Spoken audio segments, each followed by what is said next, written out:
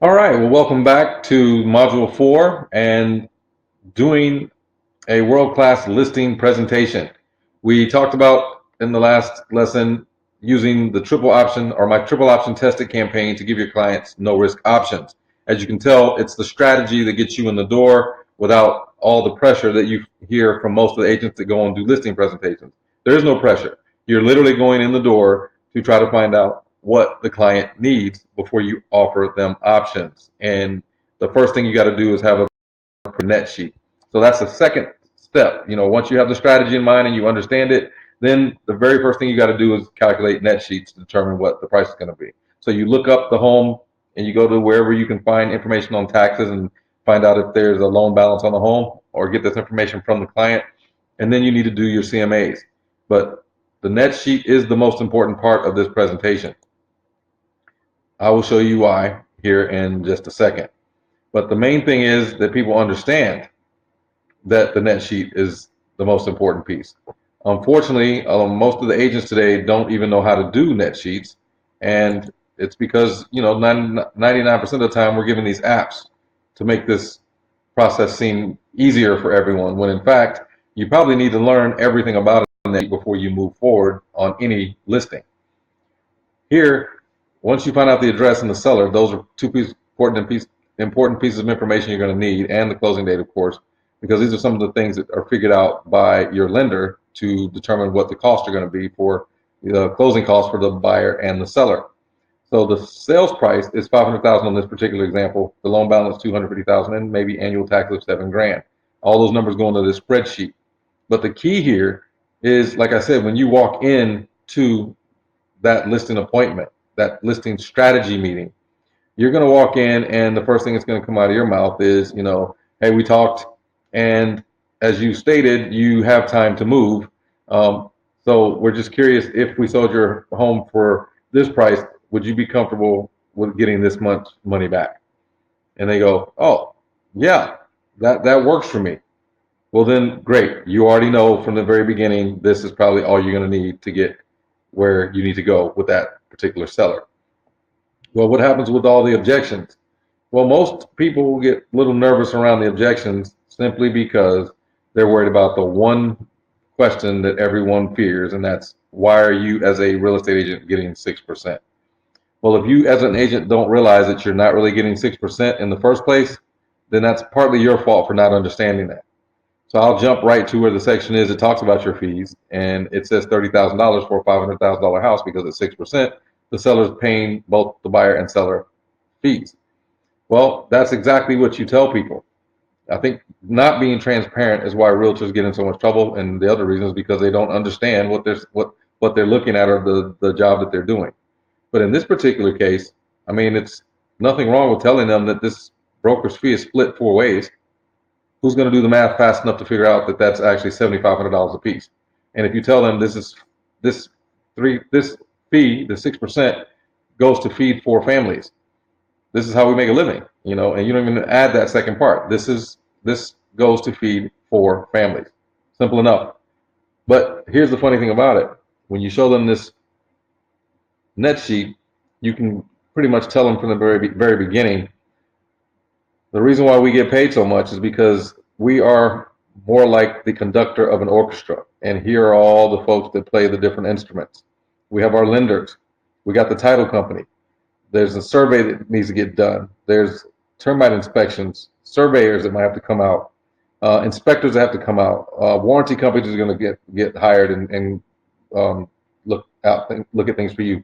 Then we're going to negotiate your repairs and make sure those are taken care of. We may have to get you in contact with someone who can actually help you with the repairs.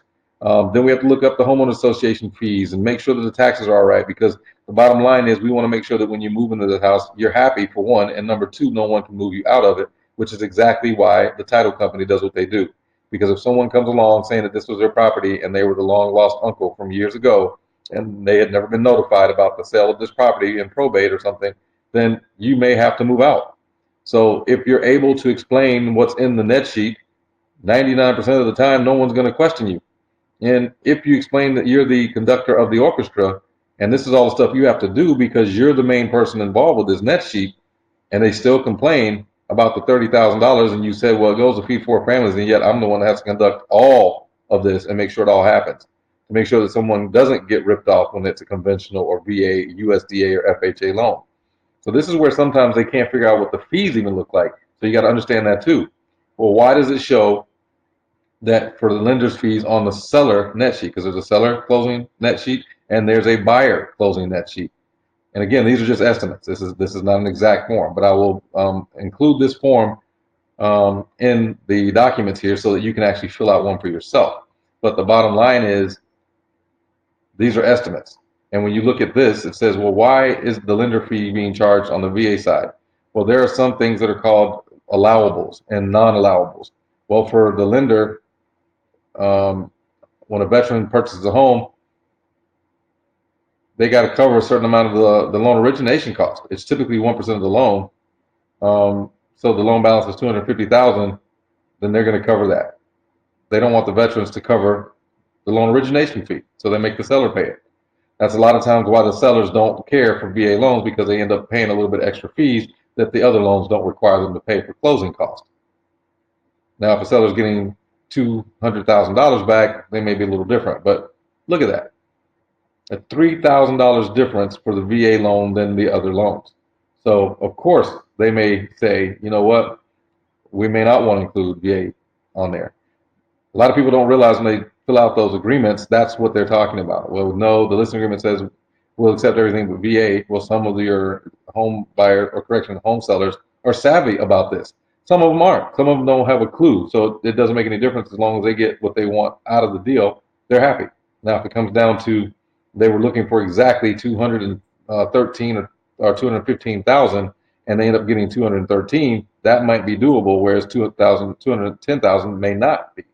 So you just have to think about, some of the differences in each of these programs. For the most part, conventional, USDA, FHA are all around the same when it comes to cost. And then, of course, cash, there's some fees that won't even be charged because they're not part of a loan. But for the seller, a lot of this stuff is exactly the same except for the VA. Now, on the buyer side, you'd have to look at that and compare the difference. How much does the buyer have to bring to the closing table? So that's what it's going to say on the buyer side. Estimated net to seller, and then the other one says estimated cost to bring the closing for the buyer. But that's basically what you're looking at. And if you understand the net sheet, it makes this a lot easier for people to understand exactly what your role is in the real estate game when you're a real estate agent. If you're not able to explain this very well, then you're kind of wasting your time. And the rest of my presentation, really, once I get the okay and I realize I've listened to them and I've heard them and they're clear about what they want back, and they're like, that number's fine with me. Because a lot of people get paid when they do this. So a lot of times when you're talking to FSBOs and they're asking, like, we've never seen a net sheet. Well, you bring this in, that's one of the strategies. You get in the door, you want to let them know, I'll send you a net sheet. Can I give you an idea what you're going to get back on the house? But whatever price they tell you, then you tell them what the house might be actually worth by doing a CMA, putting a net sheet together and go, even though you're asking for this amount, you're going to get back this same amount if you were to use me, and I can get this home sold a lot faster. So if you don't understand what the net sheet's all about, then it's complicated for you to sell homes, especially from the listing side. But as I go through this training, you will start to see how to plug all these numbers in. How do you plug in the sales price? How do you plug in the loan balance? How do you plug in the annual taxes? So if you're not going to the Bexar County Appraisal District or some, tax district numbers on the website, you don't know how to come up with the loan balance without asking them. There are ways to come up with all these different numbers. And obviously you want to do CMAs to come up with the sales price. So I love to start with the seller net sheet, because anybody I train to do this, and it also says it in the checklist that I have, that the very first thing you're going to do is start with the net sheet. Why? Because when you start with the net sheet, it forces you to create a CMA to come up with this number. It forces you to go look at the property profile documents from SABOR or whatever board of realtors you're with to come up with this number. And you may have to come up with the Bexar County or whatever county appraisal district to check out what the taxes are. So it forces you to do some due diligence to get the job done, just because you have to fill out those first 3 blocks to get the answer at the bottom. That's what the net sheet's all about. If you understand that and you understand all the things that you're looking at over here on the left, this makes this whole process a lot easier to explain to your clients why they're paying you and your broker and someone else and their broker so much money. In fact, it's not that much money, and there's a lot of work that you're doing to get the job done for them. But you make that clear, and they don't feel like they're getting ripped off, and they absolutely feel like you're worth it at that point. So this is a way to overcome objections more so than anything else. But if you start with this as part of your presentation, I think the best way to overcome objections is to have a presentation that does it for you, so you're not trying to address issues that you really don't want to address. So that's the seller closing cost net sheet. And I hope that you understand fully what this can do for you and your business when it comes to a listing strategy and listing appointments. So that'll wrap this up on this video, and we'll see you on the next one.